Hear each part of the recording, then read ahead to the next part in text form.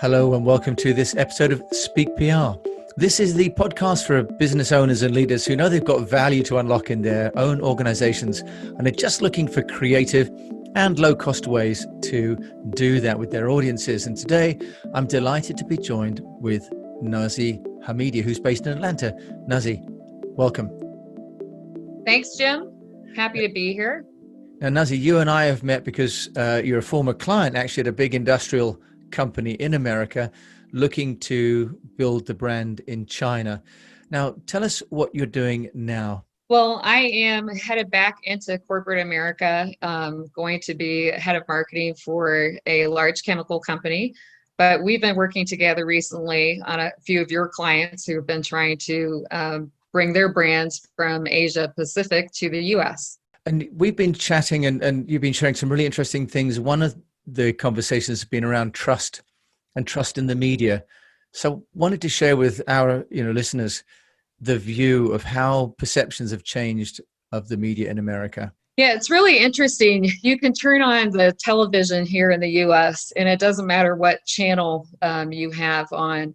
The news, the evening news will run the same stories, the exact same stories with the same message points.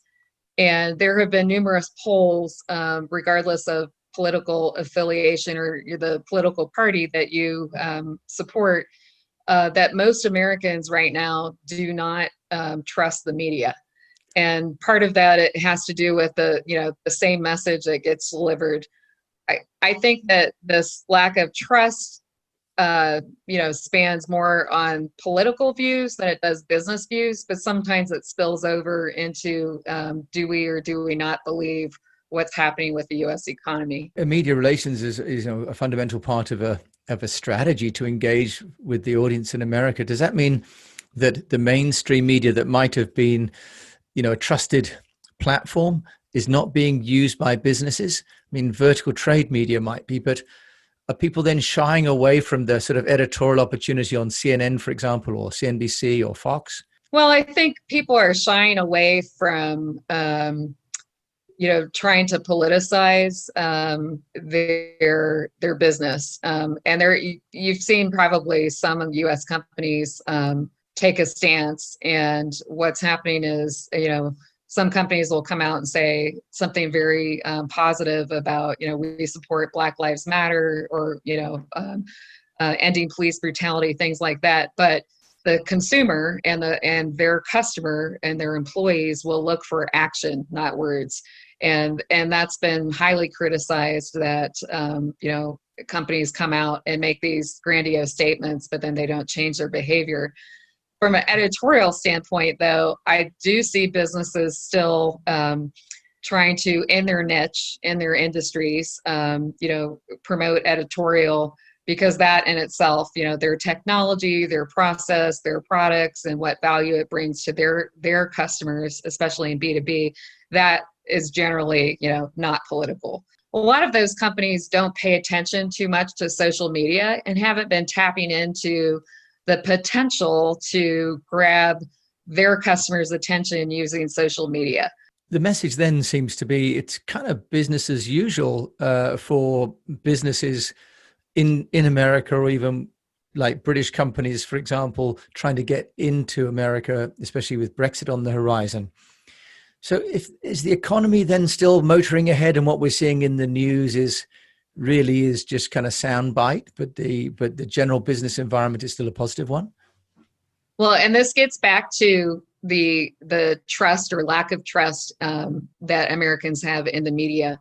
So, Americans are very motivated right now to bring the economy back. In March when COVID hit and everything went into lockdown, there were, tons of people lost their job.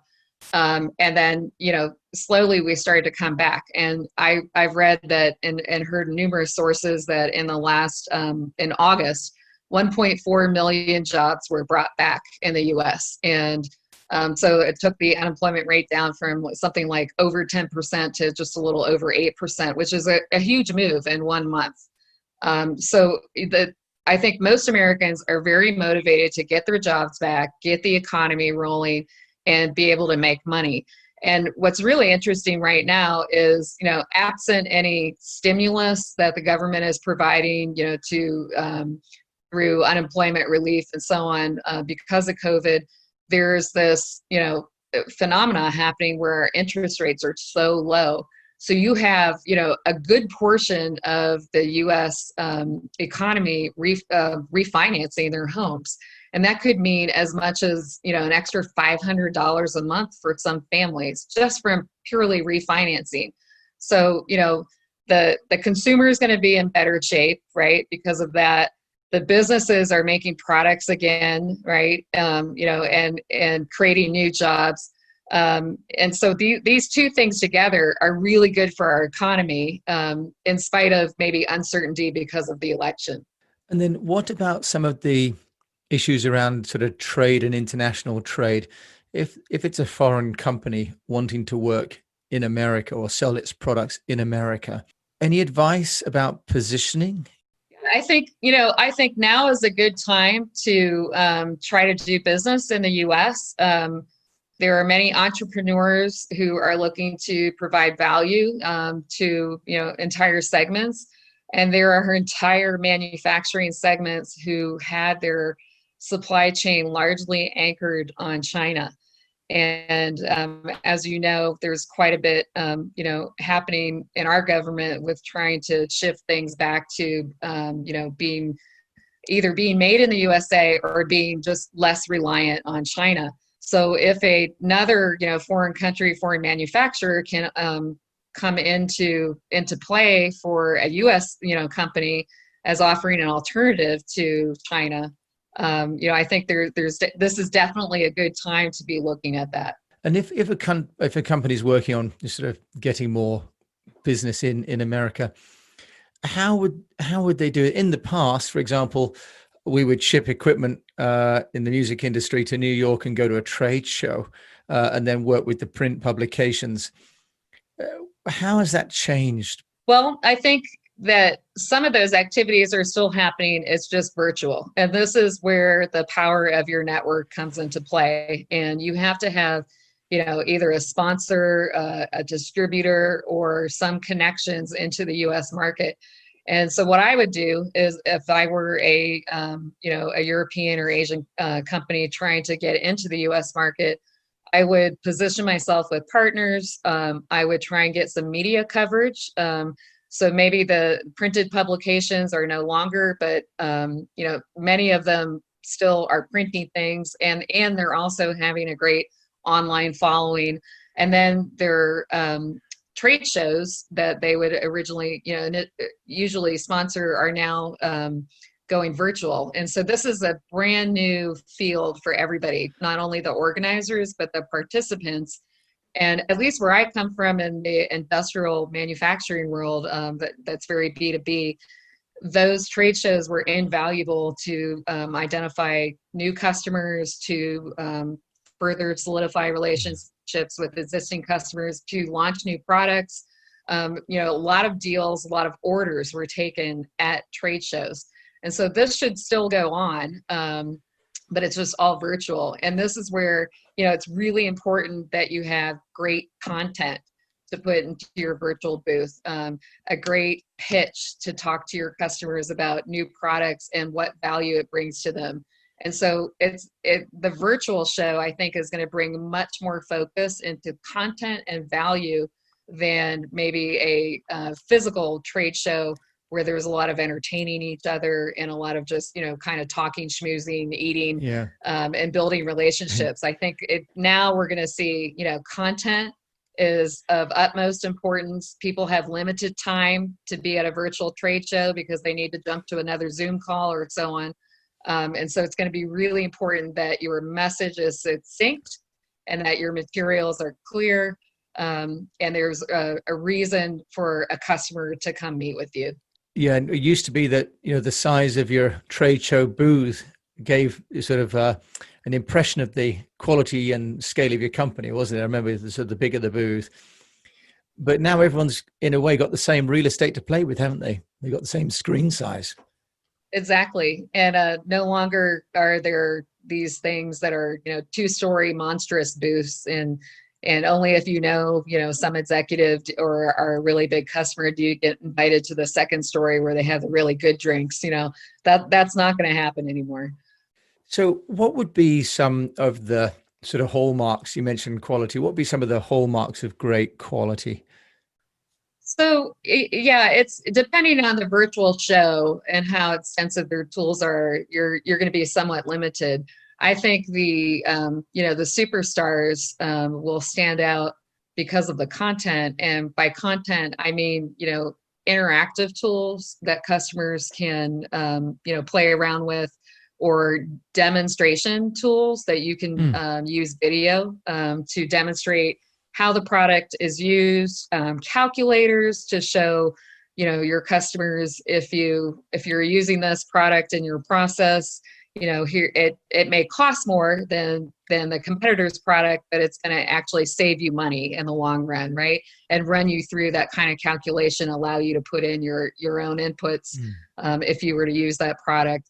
I think it's those kind of show me visually, show me with a demo, show me a video of something that catches my attention, and something that shows that you can respond quickly, you can produce quickly, you can save me money. I think there's especially in this economy where everybody's trying to get back to the growth path that we were on, better than GDP. I think customers are still very interested, at least in B2B, in saving money, right? How can I produce more by using less?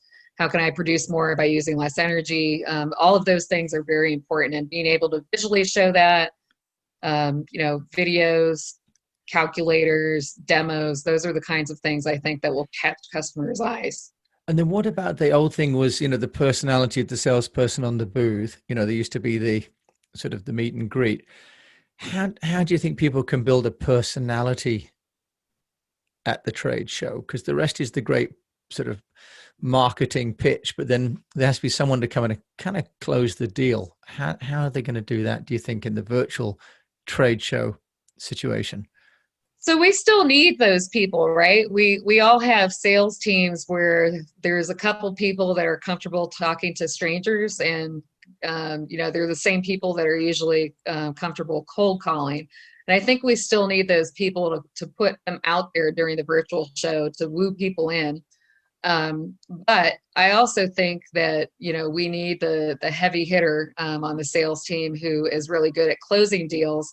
I think what you'll see is not as much ordering that happens during a virtual show, because the time is going to be much more limited, to a couple hours on a day here or there, versus 3 days at. So I think what you're going to see is the follow-up that happens after the show, and more comparing and contrasting to the different exhibitors that were met at the show. And so that's why I think the skills of the salespeople are still needed, but they have to be comfortable working in a virtual setting and working with virtual demonstration tools, and really showing the value of the products and services. And you mentioned earlier on sort of some key overarching themes. Are there some narratives that people are looking for, particularly in America? You mentioned, for example, things like sustainability or the Black Lives Matter, this social responsibility.